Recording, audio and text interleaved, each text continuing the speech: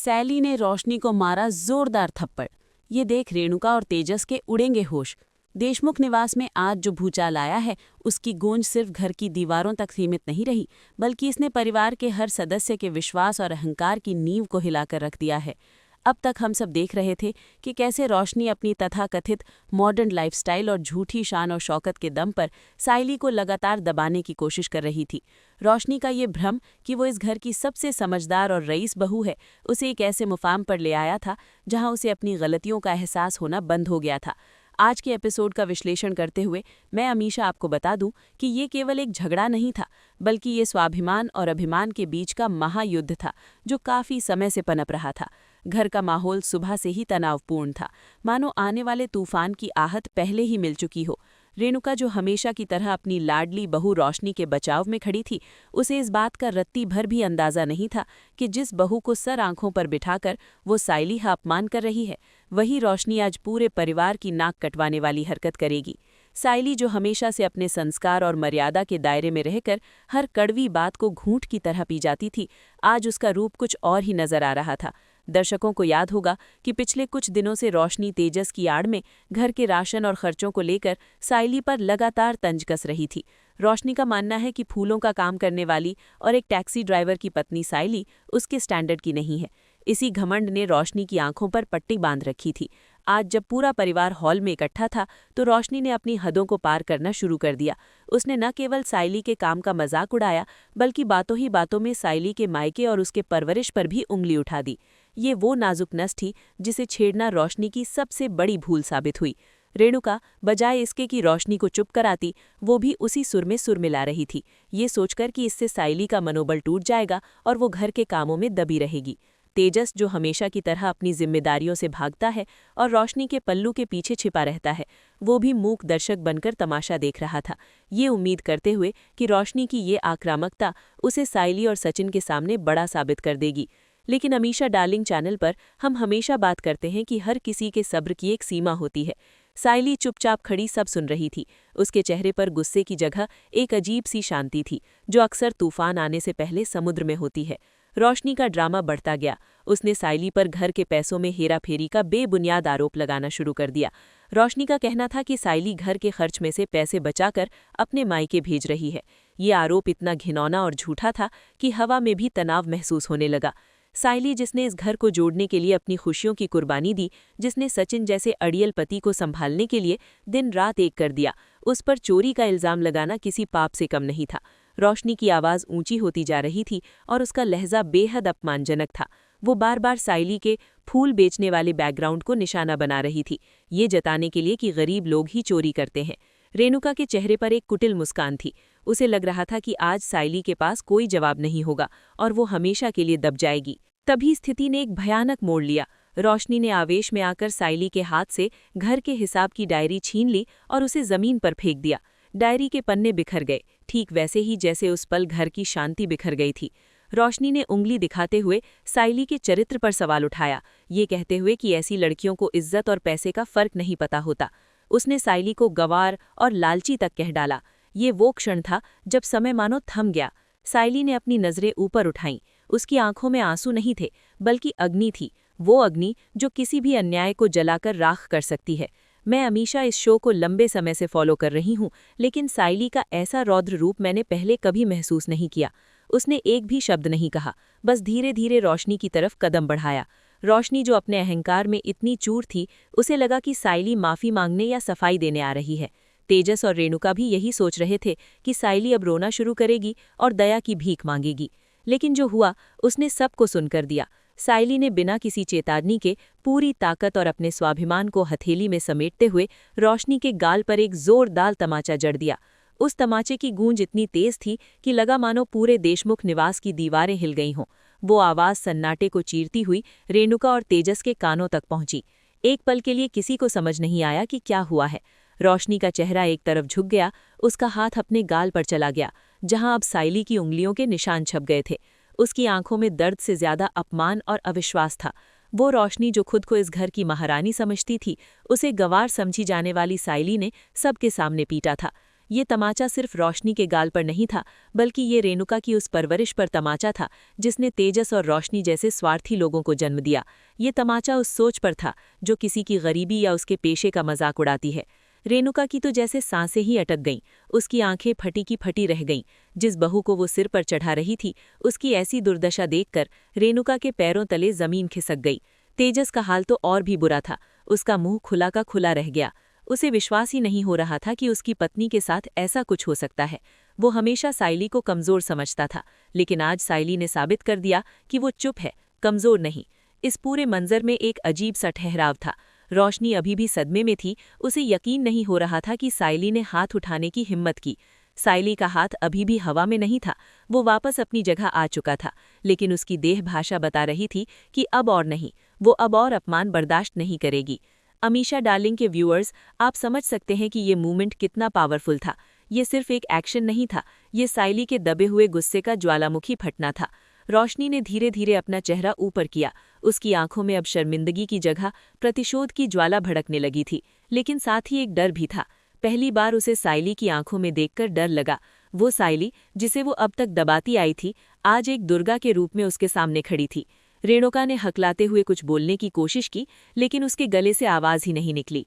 माहौल इतना भारी हो चुका था कि एक सुई गिरने की आवाज भी सुनाई दे सकती थी। तेजस ने आगे बढ़ने की कोशिश की, शायद अपनी पत्नी के बचाव में कुछ कहने के लिए, लेकिन साइली की एक नज़र ने उसे वहीं जमने पर मजबूर कर दिया। साइली की वो नज़र चेतावनी थी कि अगर आज कोई बीच में आया तो उसका भी लिहाज नहीं किया जाएगा। ये वो साइली नहीं थी जो सिर झुकाकर ताने सुनती थी, ये वो पत्नी और बहू थी जो अपनी इज्जत के लिए लड़ना जानती है। इस थप्पड़ ने घर के डायनामिक्स को पूरी तरह बदल कर रख दिया है। अब तक जो पावर रेणुका और रोशनी के हाथ में थी, वो एक झटके में साइली के पाले में आती दिख रही थी। लेकिन कहानी यहीं खत्म नहीं होती। रोशनी जैसी औरत इतनी आसानी से अपनी हार नहीं मानेगी। थप्पड़ खाने के बाद का जो सन्नाटा था, वो अब एक नए तूफान की ओर इशारा कर रहा था। रेणुका, जो अपने सदमे से बाहर आ रही थी, अब चीखने चिल्लाने की तैयारी कर रही थी। उसे अपनी सत्ता हिलती हुई महसूस हो रही थी। एक मामूली फूल वाली ने उसकी मॉडर्न बहू पर हाथ उठाया, ये बात रेणुका के अहंकार को किसी भी तरह हजम नहीं हो रही थी। वहीं तेजस, जो हमेशा कंफ्यूज रहता है, अब डर रहा था कि बात कहीं सचिन तक न पहुंच जाए, क्योंकि अगर सचिन को पता चला कि रोशनी ने साइली पर चोरी का इल्जाम लगाया था, तो सचिन का गुस्सा रोशनी के लिए और भी भारी पड़ सकता है। लेकिन फिलहाल हॉल में सिर्फ साइली का वर्चस्व था। उसने बिना कोई सफाई दिए अपनी नजरों से ही सबको बता दिया था कि इज्जत दोगे तो इज्जत मिलेगी, और अगर कीचड़ उछालोगे तो परिणाम भुगतने के लिए तैयार रहना होगा। ये दृश्य टीवी इतिहास के उन चुनिंदा पलों में से एक बन गया है जहां अच्छाई ने बुराई को करारा जवाब दिया है, बिना किसी लंबे चौड़े भाषण के, बस एक सही समय पर उठाए गए कदम से। उस गूंजते हुए थप्पड़ के बाद जो सन्नाटा छाया था, वो रेणुका की चीख से टूटा। जैसे ही रेणुका को होश आया कि उसकी प्यारी अमीर बहू के गाल पर एक मामूली फूल वाली ने निशान छोड़ दिया है, उसका गुस्सा 7वें आसमान पर पहुंच गया। रेणुका ने चिल्लाना शुरू कर दिया, पूरे घर को सर पर उठा लिया, मानो साइली ने कोई अपराध कर दिया हो। रोशनी, जो अब तक सदमे में थी, उसने तुरंत मौके की नज़ाकत को भांपते हुए अपना पैंतरा बदल लिया। जो रोशनी अभी शेरनी बनकर दहाड़ रही थी, वो पल भर में एक अबला नारी का नाटक करने लगी। उसने अपनी आंखों से मगरमच्छ के आंसू निकालने शुरू कर दिए और जमीन पर गाल रखकर बैठ गई, ताकि रेणुका और तेजस की सहानुभूति पूरी तरह बटोर सके। रोशनी का ये ड्रामा इतना सजीव था कि कोई भी अनजान व्यक्ति उसे ही पीड़ित समझता, लेकिन साइली अब इन चालों से बहुत ऊपर उठ चुकी थी। साइली ने रेणुका के चिल्लाने पर भी अपनी नजरें नहीं झुकाईं।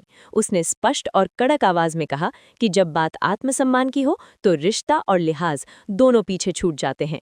साइली ने रेणुका को याद दिलाया कि बहू होना एक बात है, लेकिन किसी पर चोरी का झूठा इल्जाम लगाना अपराध है, और वो इस घर की इज्जत बचाने के लिए चुप थी, लेकिन अपनी इज्जत नीलाम होने नहीं देगी। तेजस, जो अब तक बुत बना खड़ा था, उसने देखा कि मामला बिगड़ता जा रहा है, तो उसने भी बहती गंगा में हाथ धोने की कोशिश की। वो साइली पर चिल्लाने के लिए आगे बढ़ा, अपनी मर्दानगी का झूठा प्रदर्शन करते हुए कहने लगा कि साइली को माफी मांगनी होगी। तेजस का डर ये नहीं था कि रोशनी को मार पड़ी, उसका असली डर ये था कि अगर रोशनी नाराज हो गई तो उसकी अमीर पत्नी वाले सपने टूट ना जाए। लेकिन ठीक इसी वक्त घर के मुख्य दरवाजे पर एक परछाई उभरी, जिसने सबके हलक में आवाज फंसा दी। वो सचिन था। सचिन की एंट्री हमेशा की तरह धमाकेदार और बेपरवाह थी, लेकिन आज उसकी आंखों में थकान के साथ साथ एक तीखापन था। उसने घर में घुसते ही माहौल को भांप लिया। रोती हुई रोशनी, चीखती हुई रेणुका, डरा हुआ तेजस और बीच में अंगद के पैर की तरह जमी हुई साइली। सचिन ने अपनी चाबियां टेबल पर फेंकी, जिसकी आवाज ने रेणुका के शोर को एक झटके में बंद कर दिया।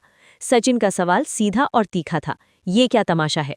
रेणुका ने तुरंत मौका लपका। उसने मिर्च मसाला लगाकर सचिन को भड़काना शुरू किया। उसने कहा कि तुम्हारी इस गवार बीवी ने आज घर की नाक कटवा दी। उसने रोशनी जैसी नाजुक और रईस बहू पर हाथ उठाया है।